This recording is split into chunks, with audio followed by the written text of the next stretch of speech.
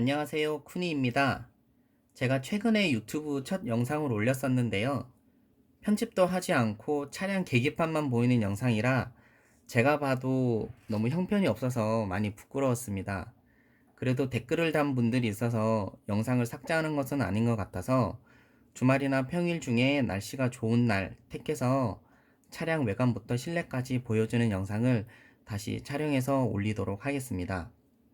오늘 영상은 차량을 양도하고 난 이후에 발생한 과태료를 어떻게 처리하는지에 대한 내용입니다. 차량을 양도할 때는 중고 매매 상사를 통해서 진행하는 경우도 있지만 개인들 간에 직접 거래하는 경우도 많은데요. 당사자들끼리 직접 거래하는 경우에는 계약서를 별도로 작성하지 않고 차량 상태를 확인하고 차량 가격에 대한 부분이 합의가 이루어지면 양도 절차가 바로 진행됩니다. 양수자로부터 차량 대금을 입금받으면 차량의 키를 넘겨주게 되고 상대방은 해당 차량을 직접 운전해서 가지고 가는데요. 문제는 차량을 양도한 시점과 명의 변경 시점이 일치하지 않는 것에서 발생합니다.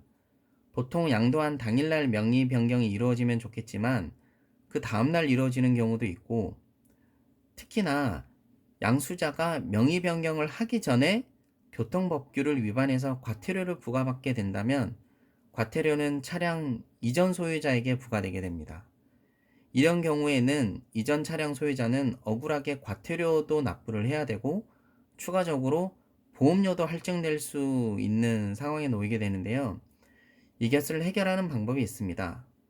이는 제가 직접 경험해 봤기 때문에 말씀드릴 수 있는데요. 일단 먼저 그 해당 지자체에서 과태료 고지서가 날라오게 됩니다. 과태료 고지서가 날라오게 되고 위반 일시하고 위반 장소 등이 적힌 과태료를 넘겨받게 되면 이 고지서에는 그 위반 일시하고 장소가 다 나와 있기 때문에 분명히 내가 위반한 사항이 아니다라는 것을 증명만 하게 되면 과태료를 취소 처분을 할 수가 있어요. 그 취소 처분하는 절차는 어떻게 되냐면 먼저 여기는 평택시청인데 먼저 해당 지자체에 전화를 해서 나는 이때 운행을 하지 않았다. 이미 양도는 이미 한 상태인데 명의 변경이 좀 이루어지지 않아서 지금 고지서가 나에게 날라왔다. 여기에 대해서 좀 해결을 해달라. 취소를 해줬으면 좋겠다라고 얘기를 하면 지자체에서 이런 거를 보내줍니다. 이번에 제가 받은 거는 버스 전용 차선 위반에 대한 과태료인데요. 의견 진술서를 작성을 해서 그 보내라고 해요. 그러니까 그러면 이제 그 이거를 작성을 해서 뭐 소명 자료, 그러니까 내가 차량의 소유자가 아니고 뭐 내가 운행을 하지 않았다라는 게 이제 증명이 되기만 하면 시의회나 지자체 의회에서 이렇게 심의를 한 다음에 취소 처분을 합니다. 해당된다고 하면. 그래서 어 작성하는 방법은 뭐 자동차 소유주 의견 진술인 이런 거 쓰시고 차량 번호 쓰시고 각각 정보를 다 쓰시고 의견 진술 내용이 좀 중요한데 여기 조금 구체적으로 명확하게 좀 작성을 하시는 게 좀 좋은 것 같아요. 뭐 예를 들어서 양도를 뭐 1월 1일 날 나는 양도를 했는데 이 사람이 이제 위반한 시기가 1월 2일이에요. 예를 들어서. 근데 명의 변경은 1월 3일 날 이루어졌습니다. 그러면 이제 과태료는 저한테 부과가 되겠죠?